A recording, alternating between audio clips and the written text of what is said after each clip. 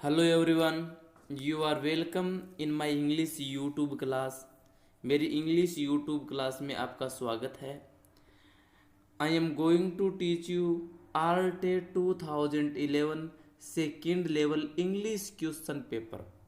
English question paper को मैं हल करने जा रहा हूँ और ये वास्तव में बहुत महत्वपूर्ण है जिन्होंने इंग्लिश को चूज कर रखा है। रीट में जिसने सेकंड लैंग्वेज या फर्स्ट लैंग्वेज इंग्लिश चूज कर रखी है उस कैंडिडेट उस एस्पिरेंट के लिए बहुत ही महत्वपूर्ण है। ओके, तो इस पूरे क्वेश्चन पेपर को आप मेरे साथ हल कर सकते हो और देख सकते हो। Okay, question number 61, 61 number question देखो। 61 number question, which one of the following words is a noun. निम्नलिखित में से कौन सा शब्द नाउन है, संज्ञा है। देखो, शब्द है वो नाउन भी हो सकता है, प्रोनाउन भी हो सकता है, एडजेक्टिव, वर्ब, एडवर्ब, किसी भी प्रकार का शब्द हो सकता है। अब नीचे दिए गए शब्दों में से कौन सा शब्द नाउन है, संज्ञा है। ठीक है, देखो, interesting, interesting is an adjective. Interesting है एडजेक्टिव है, विशेषण है, ये क्रिया नहीं है, ध्यान रखना। इंटरेस्टिंग है एडजेक्टिव है, विशेषण है। Develop is the verb, develop verb है, विकसित होना, विकसित होना डेवलप वर्ब है। Brave is also adjective, brave भी एडजेक्टिव है, विशेषण है। Teacher is a noun, teacher noun है, अध्यापक, ये संज्ञा है। ओके, किसी का नाम होना संज्ञा होती है। तो देखो, interesting adjective, brave adjective, develop verb और टीचर नाउन। तो कौन सा शब्द नाउन है? C is the right answer of this question. इस क्वेश्चन का सी राइट आंसर है। Okay, question number 62, 62 number question, fill in the appropriate, fill in the appropriate determiners, उचित डिटर्मिनर्स भरिए, फिल में से भरिए determiners, proper determiner, appropriate determiner भरने हैं आपको, इनमें भरना। देखो, I have not goat money in my bank account. I have not गोट, मैंने नहीं प्राप्त की, मनी धन, धन है वो अनकाउंटेबल नाउन है, इट इज़ नॉट काउंटेबल। धन को, मनी को काउंट नहीं किया जा सकता, ऐसे नहीं किया जा सकता। वो एक धन, दो धन, तीन धन, one money, two money, three money, it means it is the uncountable. ये अनकाउंटेबल है और अनकाउंटेबल से पहले कभी भी फ्यू, ए फ्यू का यूज नहीं होता। ओके, काउंटेबल से पहले फ्यू, ए फ्यू यूज होते हैं। दूसरा, ए भी नहीं यूज नहीं हो सकता, अनकाउंटेबल से पहले ए यूज नहीं किया जा सकता। तो बच्चा क्या? ए, एनी। एनी शब्द है वो काउंटेबल, अनकाउंटेबल किसी से पहले लग सकता है यदि सेंटेंस इंटेरोगेटिव और नेगेटिव हो। तो यदि सेंटेंस नेगेटिव हो या इंटेरोगेटिव हो तो अपने एनी यूज कर सकते हैं आर डिटर्मिनर्स। ठीक है, तो इसमें देखो 62 में राइट आंसर है वो है, 62 का राइट आंसर है वो है एनी। ठीक है, एनी है वो राइट आंसर है, because few, a few, the few, a, ये है वो अनकाउंटेबल नाउन से पहले यूज नहीं होते। So any is the right answer. 63 number question, question number 63 देखो, supply the correct form of verb remember in the following sentence. निम्नलिखित sentence में correct form of verb, remember की correct form of verb supply करनी है। Following sentence, निम्नलिखित वाक्य में remember की सही फॉर्म भरो, रिमेंबर की सही फॉर्म सप्लाई करो। तो देखो, remember, am remembering, was remembering, remember और हैव रिमेंबर। हैव रिमेंबर गलत है क्योंकि हैव के बाद थर्ड फॉर्म यूज होगी। ठीक है, have remembered is not right, have remember से नहीं, हैव रिमेंबर्ड होगा, हैव के बाद थर्ड फॉर्म यूज होती है। ठीक है, सेकंड देखो, इसमें एम रिमेंबर, एम रिमेंबर और वॉज रिमेंबर ये भी गलत है क्योंकि रिमेंबर कभी कंटिन्यूस में यूज नहीं होता, ये ध्यान रखना। देखो, इमेजिन कल्पना करना, रिमेंबर याद करना, sorry, love, hate, feel, smell, इसमें देखो रिमेंबर है वो उसकी सही फॉर्म में एम रिमेंबरिंग और वॉज रिमेंबरिंग यूज नहीं हो सकता, क्योंकि एम रिमेंबरिंग वॉज रिमेंबरिंग ये कंटिन्यूस फॉर्म है, जबकि रिमेंबर को हम कंटिन्यूस फॉर्म में यूज नहीं कर सकते। रिमेंबर, इसके अलावा इमेजिन कल्पना करना, love, hate, feel, smell, taste, these are the forms in we cannot write in continuous form।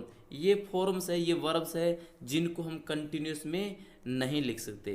तो रिमेम्बरिंग गलत है, एम रिमेम्बरिंग और वॉज रिमेम्बरिंग गलत है। इसका सही फॉर्म है I remember, I remember, I imagine, I love, I hate, I feel. इनको कंटिन्यूस में यूज नहीं किया जा सकता, ये गलत फॉर्म है एम रिमेम्बरिंग वॉज रिमेम्बरिंग। ठीक है, अगला सेंटेंस देखो, question number 64, 64 number question. Pick out the correct form, pick out the correct form, correct verb form, correct verb form को पिक आउट करना है, करेक्ट वर्ब फॉर्म को चुनना है, चूज करना है। पिक आउट में चूज करना है, ठीक है, करेक्ट वर्ब फॉर्म को चूज करना है। देखो she was walking along the road, she was walking वह चल रही थी, अलोंग द रोड सड़क के किनारे, अलोंग में से किनारे, सड़क के किनारे, अलोंग द रोड सड़क के किनारे चल रही थी। वेन जब, सी मेट, मेट यूज होगा, वॉज वॉकिंग चल रही थी, देखो वॉज वॉकिंग चल रही थी, बीच में क्या हुआ मेट, बीच में ही घटना घटी, बीच में घटना घटी, उसको सेकंड फॉर्म में लिखेंगे। क्या कार्य करता, चल रही थी, चलते दौरान वो मिली, तो घटना घटी वो सेकंड फॉर्म में यूज होगी। ठीक है, तो देखो she was walking along the road when she met, जब वह मिली। इसमें देखो जब कोई कार्य हो रहा होता है, जब कोई कार्य चल रहा होता है, जैसे वो वॉक कर रही थी, चल रही थी सड़क के किनारे किनारे, उसी समय वो मिली, तो जो हो रहा था वो कंटिन्यूस यूज होगा। बीच में क्या घटित हुआ, मिली, वो उससे मिली, तो ये मिलना कार्य सेकंड फॉर्म में होगा। कोई कार्य हो रहा होता है तो वो कंटिन्यूस में होता है, और बीच में घटना घटी वो सेकंड फॉर्म में। तो मिलना घटना घटी है, इसको हम सेकंड फॉर्म में लिखेंगे, मेट इसकी सही फॉर्म होगी। Okay, supply A model which expresses ability, model की सप्लाई करो। क्वेश्चन नंबर 65, मॉडल की सप्लाई करो जो किसको एक्सप्रेस कर रही है, एबिलिटी को एक्सप्रेस करने वाले मॉडल को सप्लाई करना है। Supply A model which expresses ability, ability को एक्सप्रेस करने वाले मॉडल की सप्लाई करो। तो देखो ऑल ऑफ देम, वे सभी, स्पीक 3 लैंग्वेजेज, 3 भाषा बोल सकते हैं। तो ये एबिलिटी को शो कर रहे हैं, एबिलिटी को कैन शो करता है, कैन यूज होगा। ओके, जहाँ जिस सेंटेंस में एबिलिटी शो हो रही हो, या फिर पावर शो हो रही हो, स्ट्रेंथ शो हो रही हो, तो उस सेंटेंस में उस कार्य से पहले कैन का यूज होगा। जिस कार्य में एबिलिटी, एक एबिलिटी, पावर, स्ट्रेंथ ये हो, उस कार्य से पहले कैन यूज होगा। इसमें बोलने की एबिलिटी शो हो रही है, 3 लैंग्वेज बोल सकते हैं, तो इसमें कैन यूज होगा। एबिलिटी कैन, एबिलिटी में कैन का यूज किया जाता है, ऑप्शन है। क्वेश्चन नंबर 67, 67 नंबर क्वेश्चन देखो, complete the phrasal verb in the following sentence, निम्नलिखित सेंटेंस में फ्रेजल वर्ब को कंप्लीट करो। Complete the phrasal verb in the following sentence, निम्नलिखित सेंटेंस फ्रेजल वर्ब को पूरी करो। फ्रेजल वर्ब भरने देखो, you may try hard to hide the truth, you may try hard, तुम मेहनत कर सकते हो। ट्राई हार्ड का मतलब कठोर परिश्रम करना, मेहनत करना, तुम मेहनत कर सकते हो। टू हाइड द ट्रूथ, सत्य को छुपाने के लिए, सत्य को छुपाने के लिए। But one day the truth will come out, किंतु एक दिन ट्रूथ कम आउट होगा। कम आउट वैसे एक्सपोज हो जाएगा, कम आउट का मतलब एक्सपोज होना, पब्लिश होना।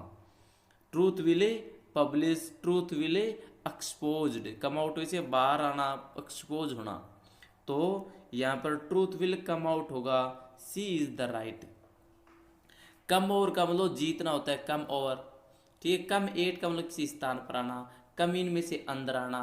तो this is the right, C is the right option. Okay, question number 67 में सी राइट है। आगे देखो 68, क्वेश्चन नंबर 68। 68 में देखो, complete the phrasal verb in the following sentence. निम्नलिखित सेंटेंस में फ्रेजल वर्ब कंप्लीट करो। Complete the phrasal verb in the following sentence. निम्नलिखित सेंटेंस में फ्रेजल वर्ब पूरी करो। फ्रेजल वर्ब पूरी करने दिए गए सेंटेंस में देखो, तो देखो, पीपल हैव बिन कंप्लेनिंग, लोग शिकायत कर रहे हैं, अबाउट द प्राइसेज, कीमतों के बारे में। प्राइस में क्या होती है?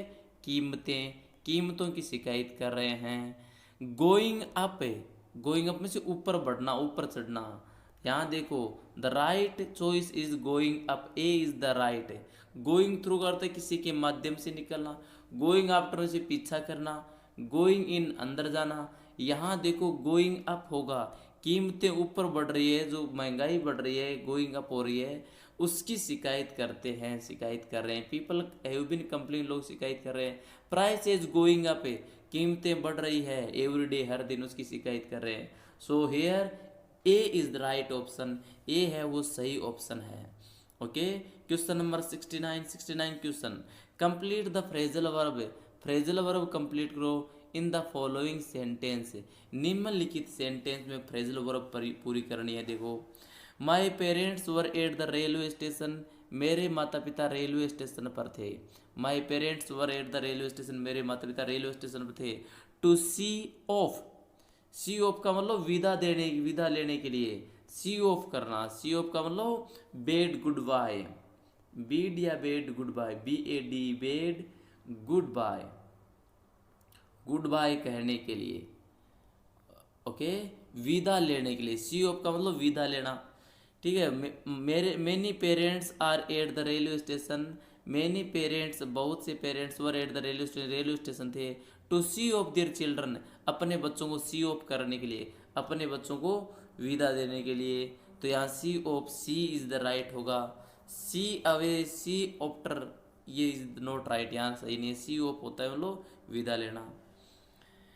ठीक है, क्वेश्चन नंबर 70। 70 नंबर क्वेश्चन देखो, which one of the following phrasal verb means to remove.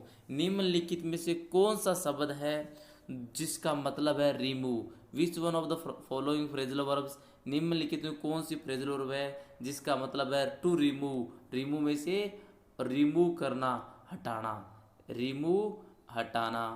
देखो, इनमें से एक एक शब्द देखते हैं। पुट ऑन, पुट ऑन में से पहनना, जैसे they put on the dress, they put on the shoes, में पहनना होता है। ठीक है, पुट अप में से उचित स्थान पर रखना होता है, कंस्ट्रक्ट करना, जैसे they put up tent, they put up a house. Put up में से कंस्ट्रक्ट किया, किसी चीज को लगाया, उसको पुट अप कहते हैं। गेट ऑफ का मतलब होता है छुटकारा पाना, गेट ऑफ में से बचकर भागना, छुटकारा पाना, गेट ऑफ होता है। टेक ऑफ, टेक ऑफ का मतलब होता है टेक ऑफ करना, जैसे एरोप्लेन होती है वो टेक ऑफ करती है। ठीक है, और यहाँ the right option is the get off, get off take off में से सही होगा। अब देखो, टेक ऑफ का मतलब जहाज वहाँ से उड़ती है, उसको टेक ऑफ, जैसे aeroplane took off from the, took off है फ्रॉम द एयरपोर्ट, एयरपोर्ट से टुक ऑफ हुई। और गेट ऑफ अलग होना, get off is the right choice, D is the right. Get off होना, अलग होना, है ना, गेट ऑफ में से अलग होना, get off is the right option. ठीक है, नेक्स्ट, रिमूव का मतलब होता है गेट